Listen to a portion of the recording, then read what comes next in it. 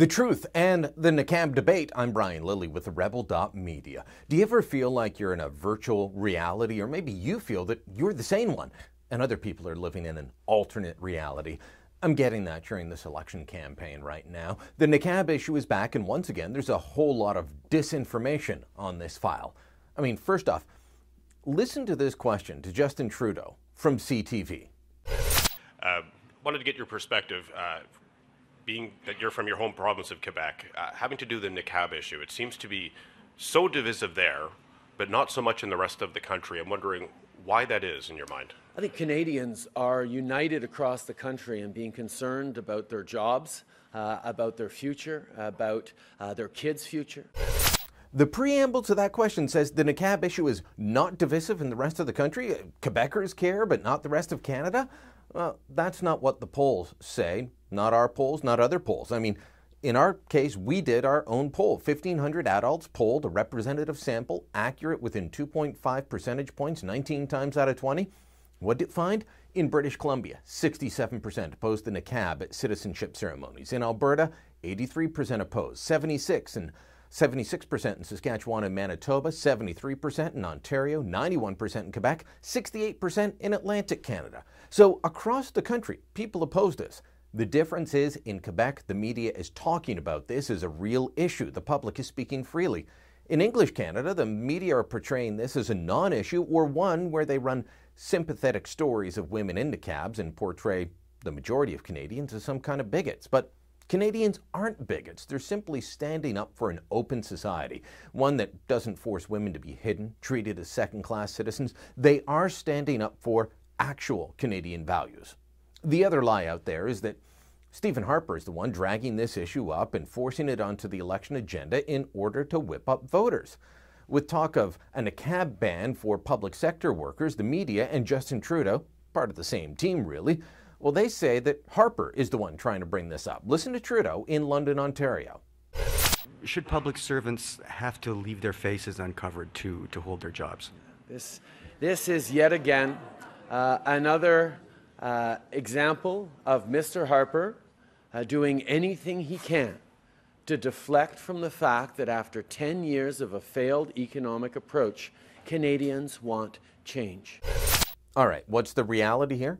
The reality is that Stephen Harper talked about this issue because he was asked about it. He was asked about a niqab ban for federal workers in an interview with CBC. I mean, it was actually a very good interview between Harper and CBC's Rosemary Barton. But Barton asked Harper about a potential niqab ban in the federal civil service.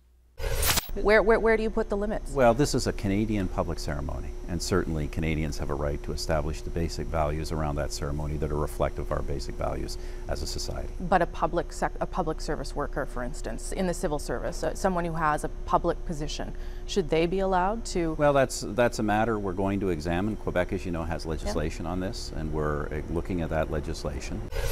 Now, of course, we've known that this is the Conservative policy for some time. Cabinet Minister Tim Uppal said so back in June when Quebec brought similar legislation forward. We broadly, in principle, agree with the legislation that was presented by the Quebec government today, and we will consider any other measures that may be necessary at a national level. So Harper isn't bringing this up and injecting it into the campaign. He's answering questions from the media, which they normally whine he won't do, and he's answering it on an established policy. He's answering those questions, then the media is talking about it. He's not forcing it in with some dog whistle politics. But if you listen to some in the media and in the opposition, I mean, again, same team, you would think that Stephen Harper planted the niqab issue to begin with. Again, wrong. It was a court decision released in mid-September that put this issue out there. That was the very political ruling where the judges issued their order from the bench and said they did so that Zunera Ishak, the woman challenging this rule, could vote in this election. Judges rarely issue their rulings from the bench, and I've never seen them so brazen in trying to impart a political message on their ruling. Let's face it, the niqab is an issue. It was forced into the campaign by a court ruling, but it remains an issue because the public actually cares about it. I've explained in other reports how this is not a charter case. Might become one in the future, but this is not a charter case yet. I've explained how the Supreme Court ruled in a similar case against a small Christian minority group. None of the media or political actors standing up for Muslim faith coverings ever said boo about it. I know that Ezra has covered other aspects of this story. You can find them all at our special website, showyourface.ca. That's the website that we set up for our petition, calling on the government to appeal the court ruling that thousands of you have signed on to that petition. We're going to keep updating the site each time we bring you more information on this story. Unfortunately, one of my main jobs in covering this seems to be correcting the record, the imaginary record put out there by the mainstream media, by the media party, because it seems like on this story, they simply can't handle the truth. Ow! We're building a studio. Help us out. Click here or visit buildthedream.ca.